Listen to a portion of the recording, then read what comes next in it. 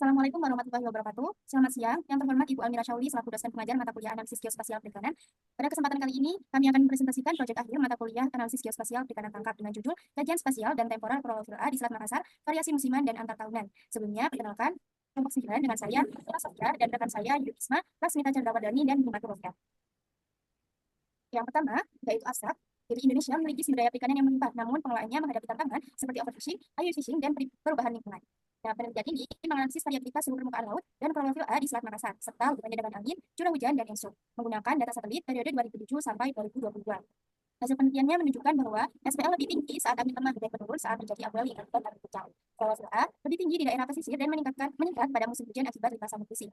Curah hujan memiliki korelasi lebih kuat terhadap klorofil A di perairan pulau laut dibandingkan dengan selatan Makassar. Sedangkan ENSO mempengaruhi pola curah hujan dan konsentrasi dari klorofil A. Penelitian ini memberikan wawasan penting dalam pengelolaan perikanan berkelanjutan, khususnya dalam menghadapi perubahan iklim dan dinamika oseanografi di Selat Makassar.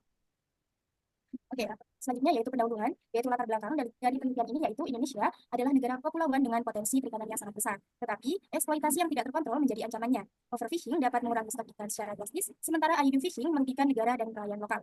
Degradasi lingkungan laut, seperti pencemaran dan perubahan habitat, juga berdampak pada ekosistem perairan.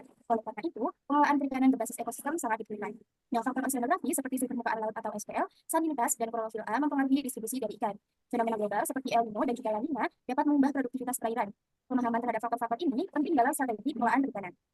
Faktor oseanografi ini sangat menentukan dari produktivitas perairan karena mempengaruhi pembentukan plankton yang menjadi makanan dari ikan. Suhu permukaan laut dan klorofil A adalah indikator utama yang digunakan untuk memantau kondisi perairan. El Nino dapat menyebabkan peningkatan suhu perairan yang berdampak pada penurunan produktivitas ikan karena gangguan dari rantai makanan. Dan sebaliknya, La Nina dapat meningkatkan upwelling yang membawa nutrisi dari dasar laut ke permukaan yang mendukung pertumbuhan dari fitoplankton dan ikan. Selanjutnya, tujuan dari penelitian ini bertujuan untuk memahami bagaimana suhu dan kandungan klorofil A berubah dari waktu ke waktu dan dari berbagai lokasi. Dengan mengetahui pola perubahan ini, kita bisa memahami bagaimana kondisi oseanografi mempengaruhi keberadaan dari ikan. Hasil penelitian diharapkan dapat membantu dalam merancang kebijakan yang lebih adaptif terhadap perubahan. Baik, selanjutnya ada dasar teori. Penelitian ini didasarkan pada konsep oseanografi, khususnya mengenai variabilitas klorofil A yang berhubungan dengan faktor oseanografi seperti suhu permukaan, angin muson, curah hujan, dan fenomena iklim global seperti ENSO. Interaksi antara atmosfer dan lautan mempengaruhi sirkulasi air laut, distribusi nutrisi, serta tingkat produktivitas perairan. Next. Selanjutnya ada bahan dan peralatan. Yang pertama ada klorofil A. Data diperoleh dari The Ocean Color dengan resolusi spasial 4 km dan rentan waktu dari 2007 hingga 2022. Suhu permukaan laut atau SPL. Data diperoleh dari operasional Sea Surface Temperature dan Ice Analysis OSTIA dengan resolusi 0,05 derajat.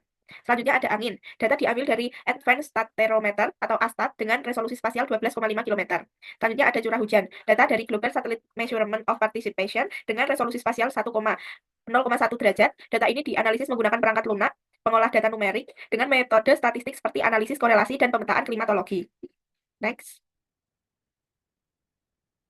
Selanjutnya ada lokasi penelitian. Penelitian ini dilakukan di Selat Makassar, yang merupakan perairan antara Pulau Kalimantan dan Sulawesi, menghubungkan Laut Sulawesi di utara dengan Laut Jawa di selatan. Fokus utama penelitian ini adalah dua wilayah. Yang pertama, perairan pulau laut yang memiliki variabilitas klorofil A tinggi karena pengaruh curah hujan dan limpasan nutrien dari daratan. Yang kedua, perairan Selat Makassar, di mana fluktuasi klorofil A lebih dipengaruhi oleh angin melalui mekanisme upwelling. Next.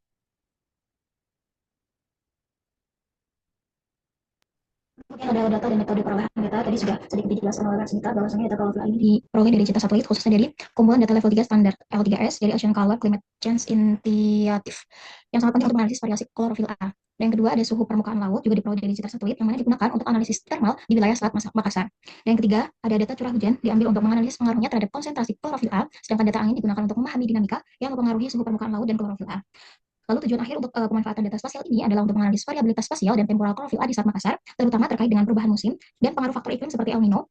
Melalui metode kuantitatif, penelitian ini bertujuan untuk menjelaskan hubungan antara konsentrasi klorofil A dan variabel lingkungan yang akan meningkatkan pemahaman mengenai produktivitas laut dan dinamika ekosistem di daerah tersebut. Semua data ini diakses melalui situs web Marine Copernicus dan awalnya diunduh dalam format MTDF, kemudian diproses untuk mengekstrak nilai dan koordinat spasial yang relevan. Next. Untuk hasil analisis sendiri terkait keterkaitan antara angin, curah hujan dan klorofil A, pengaruh angin pada SPL itu angin jika lemah akan meningkatkan SPL dengan suhu yang lebih tinggi. Jika angin kencang melakukan SPL dengan membawa air dingin ke permukaan itu sendiri. Untuk distribusi SPL sendiri, itu maksimum suhu SPL tercatat pada jurnal itu pada bulan April, yaitu berupa 29,50 derajat Celcius dengan kecepatan angin 3,67 meter per sekon. Untuk suhu SPL itu menurun menjadi 28 derajat Celcius pada musim timur. Dan peta distribusi menunjukkan suhu lebih rendah disebabkan oleh pergerakan massa air yang dipicu oleh angin. Nah, kemudian distribusi klorofil A itu lebih tinggi di daerah pesisir dibandingkan lepas pantai. Pantai timur Kalimantan memiliki konsentrasi lebih tinggi dibandingkan pantai barat Sulawesi.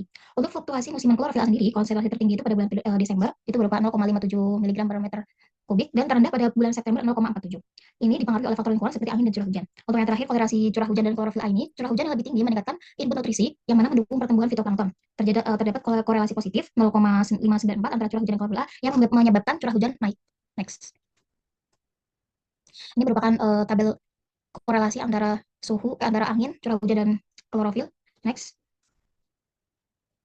Dan yang kedua adalah pengaruh ENSO terhadap klorofil A. Pengaruh El Nino sendiri. El Nino menyebabkan turungan curah hujan yang signifikan karena mengurangi konsentrasi klorofil A akibat berkurangnya limpasan nutrisi. Pengaruh El Nino sendiri ini biasa menghasilkan peningkatan curah hujan, meningkatkan input nutrisi, dan potensi kadar klorofil A.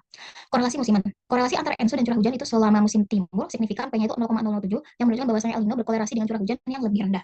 Nah, korelasi positif tetapi lemah antara ENSO dan pola angin selama musim barat yang bernilai 0,1111. Korelasi negatif di musim timur ini menunjukkan kecepatan angin menurun selama El Nino. Nah, interaksi curah hujan dan angin ini sendiri, curah hujan tinggi meningkatkan masuknya nutrisi yang didukung oleh kenaikan yang dipicu oleh angin dan mempengaruhi produksi klorofil A itu sendiri. Next. Ini berupa tabel grafik curah hujan klorofil di perairan pulau laut pada tahun 2007 sampai 2022. Next. Selanjutnya yaitu diskusi pada musim peralihan SPL tinggi saat angin lemah dan SPL rendah saat angin kuat. Pada musim barat dan timur, angin kuat dari utara ke selatan. Untuk Juni sampai Oktober, SPL menurun akibat upwelling. Dan untuk Juli sampai Agustus, suhu mencapai nilai minimum terutama di sebelah selatan, Selat Makassar.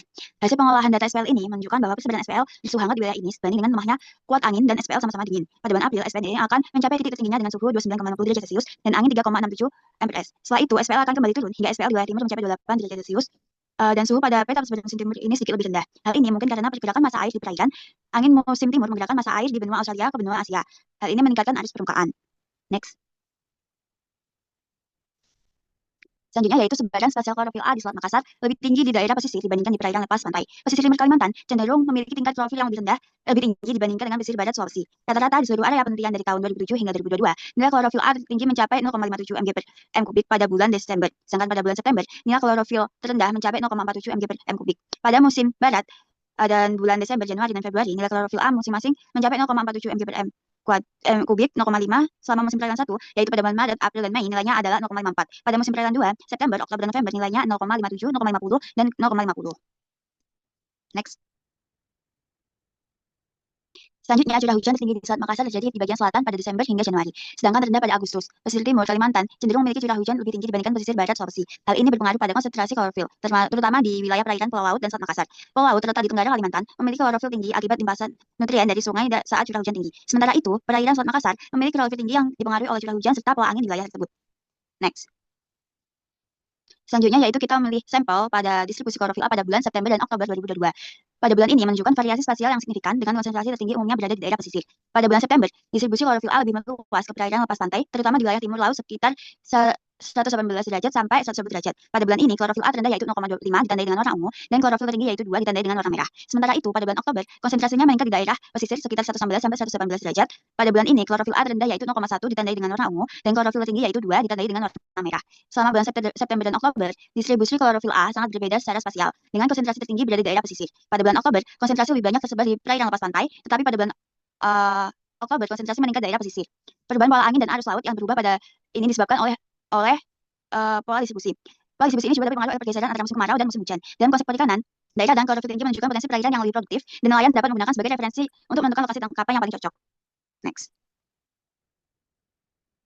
Selanjutnya, yaitu kesimpulan dari presentasi kali ini, yaitu penelitian ini menunjukkan bahwa variabilitas suhu permukaan laut dan klorofil A di Selat Makassar sangat dipengaruhi oleh faktor lingkungan, seperti angin, curah hujan, dan fenomena ENSO. Peningkatan angin yang signifikan menyebabkan penurunan suhu permukaan laut akibat upwelling, sementara curah hujan yang tinggi meningkatkan konsentrasi klorofil A melalui limpasan nutrisi. Peristiwa ENSO berkontribusi terhadap perubahan pola curah hujan yang pada gilirannya mempengaruhi distribusi klorofil A di wilayah penelitian. Dengan demikian, pemahaman terhadap faktor-faktor ini penting dalam pengelolaan perikanan yang berbasis ekosistem dan adaptasi terhadap lingkungan hidup. Sekian presentasi dari kelompok kami. Mohon maaf apabila ada kesalahan. Terima kasih. Wassalamualaikum warahmatullahi wabarakatuh.